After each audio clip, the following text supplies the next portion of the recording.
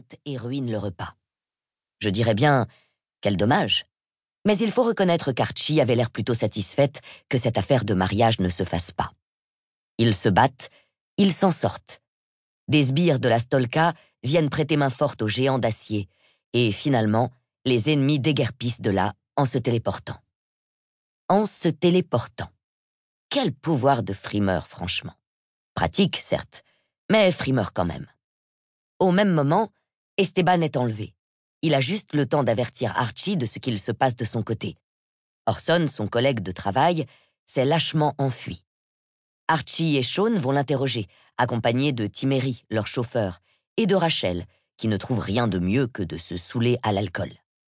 Après avoir déposé Rachel chez une amie, ils poursuivent leur périple jusque chez les parents d'Archie.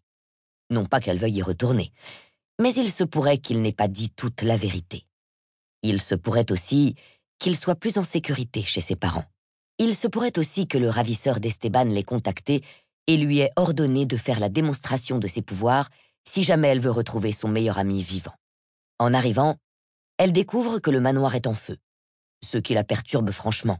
Non pas qu'elle soit désolée que la maison familiale disparaisse, mais plutôt qu'elle aurait aimé être celle qui allait foutre le feu au bâtiment. Ses parents refusent de lui apprendre à se servir de son don. Elle apprend néanmoins que l'enlèvement d'Esteban pourrait n'être qu'un complot visant ses parents. Car si elle fait de la magie et que l'information est diffusée, ils passeront pour des menteurs. Leur propre fille est un élémentaire de niveau 1 non déclaré, puisqu'Archie a indiqué qu'elle ne disposait d'aucun pouvoir sur sa déclaration. Ce serait suffisamment déstabilisant pour les forcer à démissionner et pour laisser le champ libre à la Stolka d'agir en attendant que l'agence de recensement retombe sur ses pattes. Ou peut-être que c'est simplement une vendetta personnelle à l'encontre de ses parents. Difficile de savoir à ce stade. Il file finalement trouver de l'aide auprès d'Igor, qui est un Veritas de niveau 1. Il fréquente des élémentaires. Une séance d'entraînement est organisée pour aider Archie à faire la démonstration de son pouvoir. Victoire! Elle y parvient.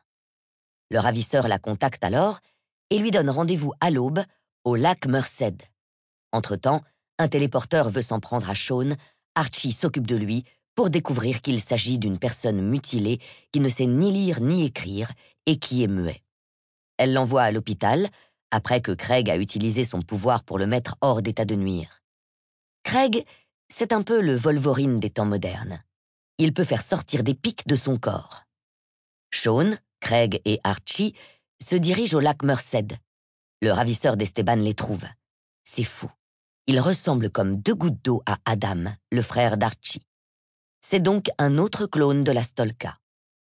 Celui-ci dispose d'un pouvoir d'électricité. Il en profite pour électrocuter Craig et le mettre hors d'état de nuire.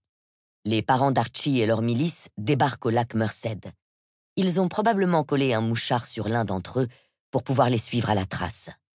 Adam, le vrai Adam, essaye de dissuader Archie de suivre le ravisseur par télépathie.